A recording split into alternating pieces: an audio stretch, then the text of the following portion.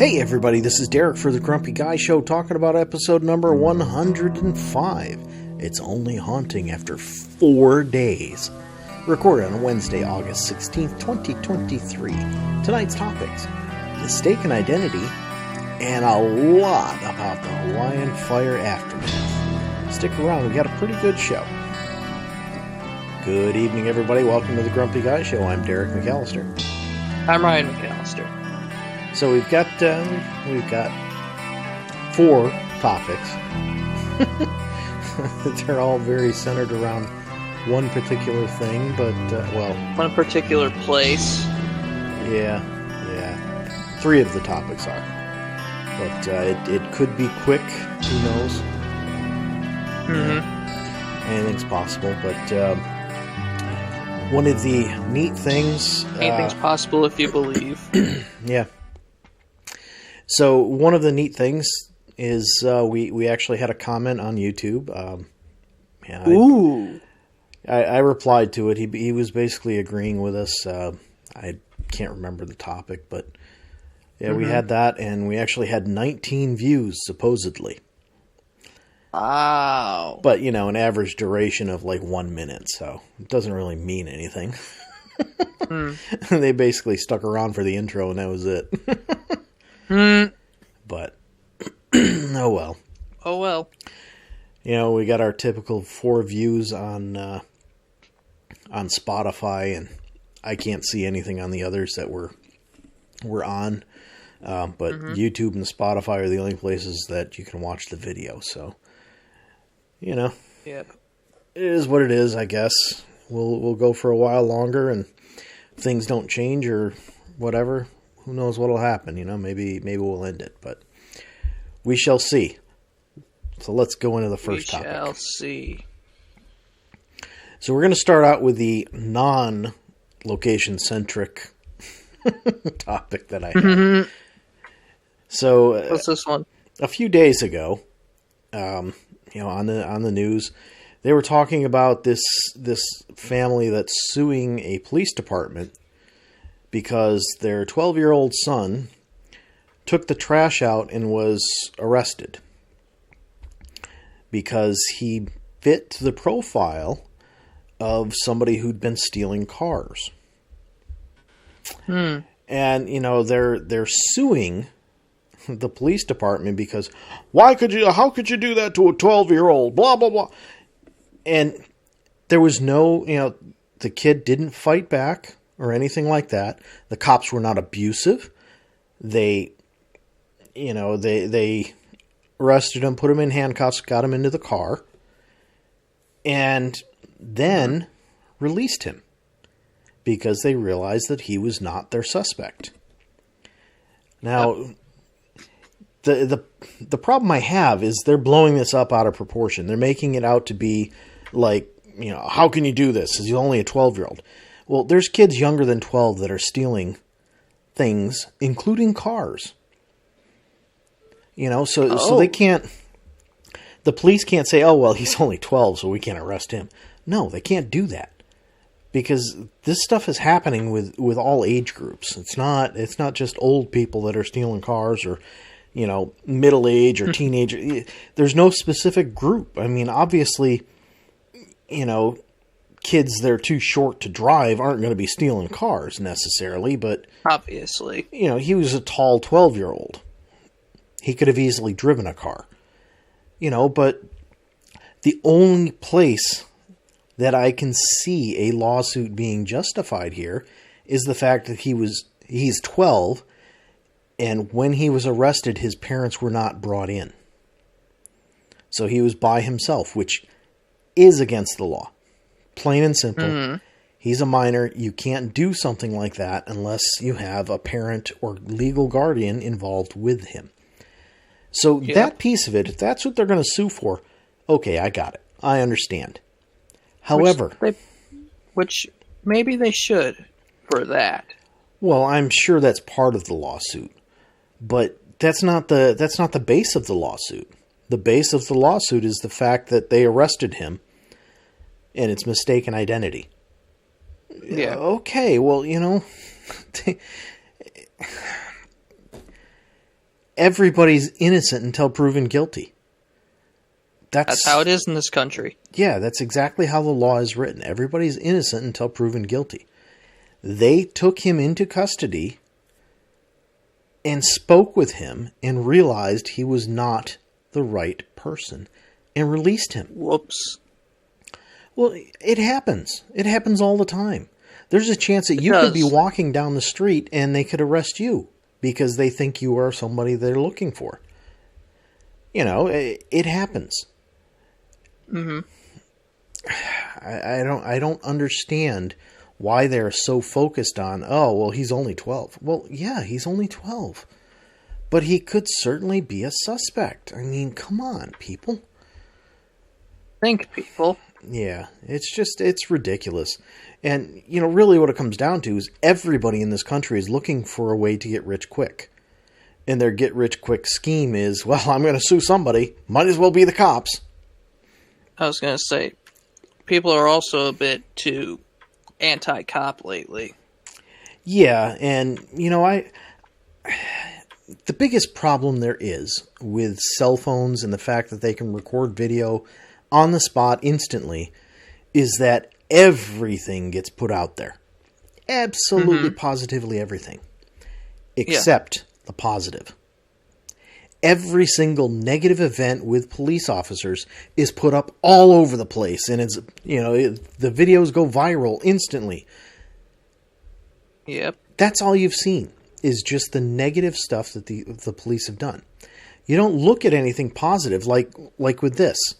You know, maybe they didn't need to put him in handcuffs, but they don't know. If he's the suspect, he could decide he's going to run. Yep. You know, he didn't.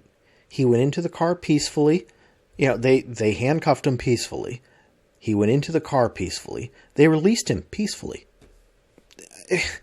Good on him and good on the cops. Yeah. But, you know, that portion of it's never going to be talked about on anything because... Everybody here deserves some sort of praise. Yeah. You know, to a point, again, like I said, his parents should have been involved. As soon as they put him in cuffs, they should have gone to his parents' house and said, hey, we need you with us while we speak with him. Mm-hmm. But they neglected to do that. Yeah, they didn't do that, so okay, that's bad. But, you know, let's be realistic, folks. I mean, come on. This is just, it's nuts.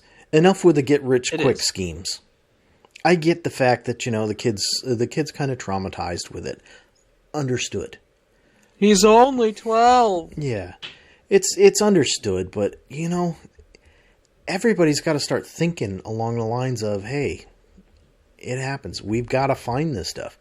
The only way these police officers know who it is that is the true suspect is to speak with people.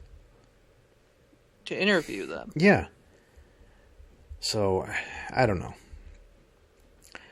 I've really had enough of all the negative stuff with everybody.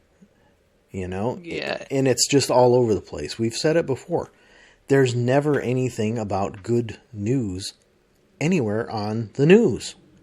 And it's always the negative. Is the media's fault for that. Well, it is the news media's fault for not showing the good stuff. Yes and no. Because they know that bad stuff drives up ratings. Yeah. They know the bad stuff. It's all about the ratings. They know the bad stuff drives up the ratings, but, you know, in the case of all of these cell phone videos, it's really people posting. They don't post things like, you know, cops that go and spend half of their day off. They spend half their day off playing basketball with kids. Or, you know, because they know... I'm sure there are a lot of cops that do that every day. Yeah, you know, and they don't talk, you know, you don't see videos about that stuff. All you see is videos about the negative stuff that happens. You know? Yep. Like in this situation, they knew everything that happened because, number one, the police had body cams, so they haven't released the body cam video or anything. But, you know, number two, it was on somebody's doorbell camera. You know? Has that footage been released? Yeah, that's that's how I know that he went into custody peacefully. They didn't do anything negative, and the police officers weren't violent with him. They took him in, he went peacefully. They released him peacefully. I mean, that's how I know that stuff, because that video was part of the news story. And then, of course, you get the parents all freaking out and flipping out, and, oh, they can't do that to my kid. Oh, well, they can't do that. They can do that to your kid because your kid fit the profile. The fact that your kid was smart enough not to be violent, not to fight back, is a big part of the reason that they didn't hurt him, and they released him. Obviously your kid has a good head on his shoulders. Be thankful. Mm-hmm. Exactly. But, yeah, well. What do we know? Yeah, what do we know?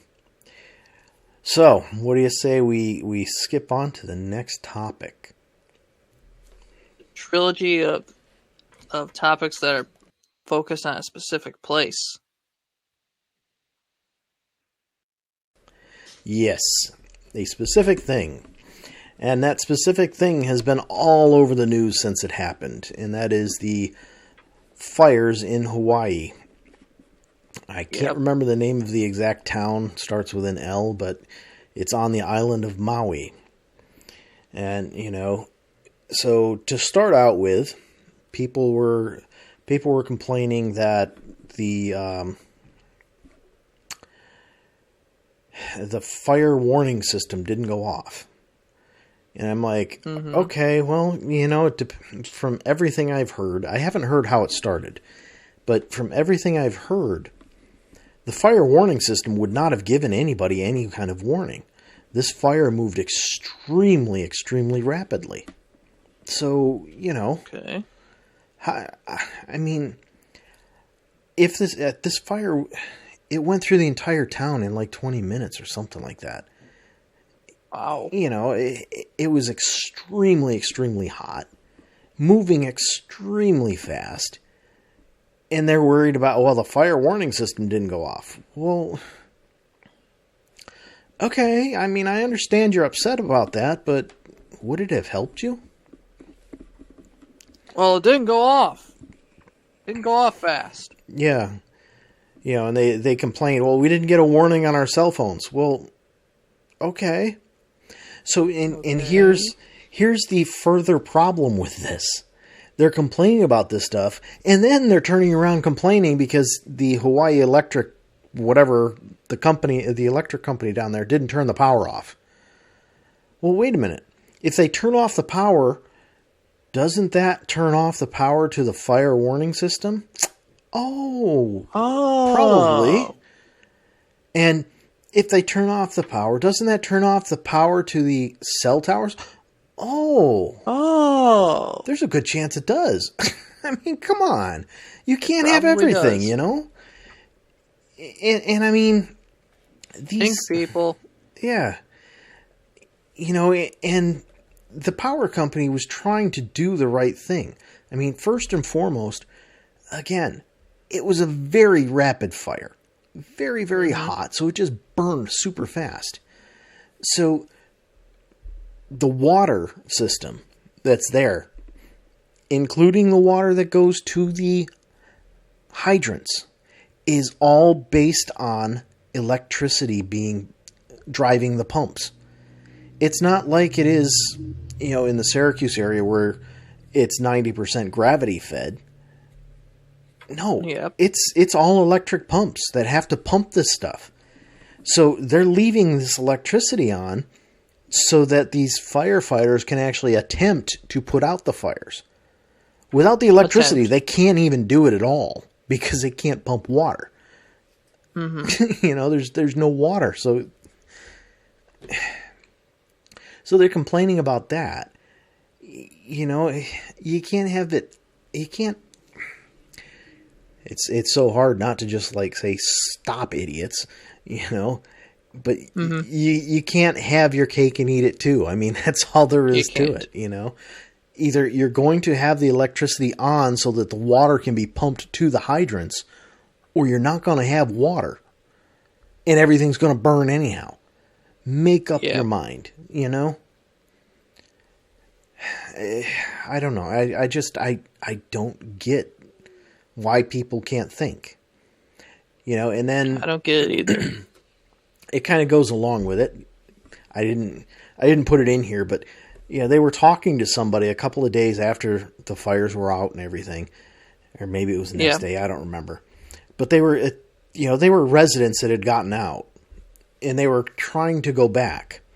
Now, it's been all over the news that the entire town was wiped out, right? Right.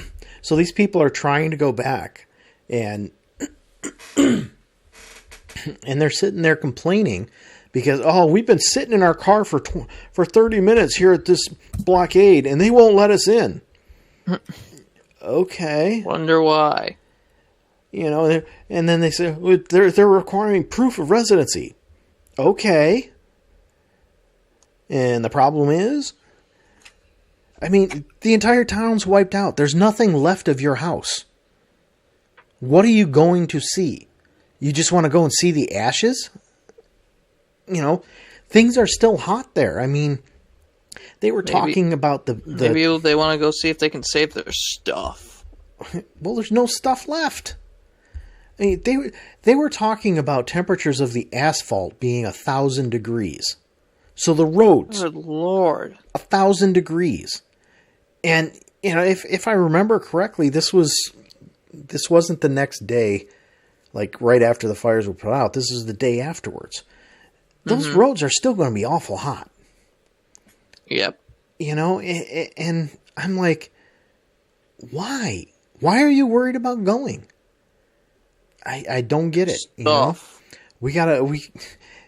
In a situation like that, you've got to stop. You've got to let the rescuers do what they need to do, which is attempt to find anybody who survived somehow. You know? Mm-hmm. It doesn't make sense. You know, it doesn't. It just goes right into that. So then, onto our next actual topic here. You know, they were talking about the devastation in you know, everything that was burned down there and what's left. And then the news decides to focus on the fact that the schools were supposed to start this week. And now they can't because the schools have been burned to the ground. Oh, boo-hoo. I'm like, so you're not going to focus on the fact that all of these children are alive and that they just survived some huge thing that's devastated their community. You're going to focus on the fact that their school burned to the ground, so now they can't go to school. Oh my God, get your priorities straight. I mean, this wasn't like some, you know, little mom and pop news organization. This was ABC. And they're not going to be able to start school this week. Who the hell cares? Who the hell cares? They're not going to be able to focus on it anyhow. Yeah. They're not going to be able to focus on it anyway. Plain and simple. These kids are going to be thinking about, okay, where's my grandfather? Where's my grandmother? Where's my uncle? Where's my father? Where's my mother? Where's my sister? That's what they're going to focus on. They're going to care about learning something. They're going to care about their family. Yeah, they're going to care about, you know, I mean, they're kids. They're going to care about what they lost. Whether that's family, things, pets, doesn't matter. That's what they're going to care about. Yeah. You know, as far as educating them, well, if you really truly feel the need to educate them, then teachers can do so. Any teachers that survived in the area can go there and actually say, okay, kids, let's go over here. Let's do some learning. Or, you know, even if it's just to distract them, whatever. That can happen. You don't have to be in a school to do that. I mean, seriously. It's just such a stupid focus. Oh, they can't go to school. Okay, great. They're alive. They're alive. They'll be alive in a couple of weeks so they can start late. Whatever. You know? It's just insane. Oh, but the kids start school. Yeah. So then, like 4 days later, right? Yeah, I'm sorry. This is another transition to the next topic. In case you couldn't figure it out. Our world-famous transitions, people. I know you couldn't figure it out because we're so good at it. Yeah, exactly. But, yeah, so, the news, once again, ABC, like, it was 3 or 4 days later. I don't know, maybe it was more. I can't remember the exact date the fire was, but yesterday on the news, they do the little teaser before they go through the intro and everything, and he says, the haunting images from Hawaii. I'm like, okay, and they're showing the same images they've been showing since the first one, exact same images. I'm like, how is it haunting today again, but not haunting yesterday or the day before? And the day before. And I'm not exaggerating when I say it's the exact same images, the exact same footage. Because you see the stupid dog, the cadaver dog, going into the rubble, sniffing around, and then coming back out. The exact same route, the exact same dog, the exact same person, the same handler. All right there in the exact same loop. And it goes through that. And then they had so little haunting footage that haunting images. At the end, before he was done talking, they showed that same little loop with a freaking dog again. I'm like, what the hell? Are you sure this is the national news or the local news? This was the national news. I'm sure, because it feels like it's the wow. Because all the looping feels like it's the local news. Yeah, well, it seems they've got to do the most dramatic thing they can, and in this case, the most dramatic thing they could do was showing the cadaver dog going through. The most haunting image. Yes, the most haunting thing they could do is the same thing that they've shown like 5 times in a row. So I'm like, all right, whatever. But I don't know. What the hell you got going on there? Huh? Huh? What do you got going on there? What? You playing a game while we're doing the podcast? What the hell? Taking a quiz. Jeez, anyway, I see how the podcast rates. What the hell? Right now I'm writing down a title for the show. Yeah, uh-huh.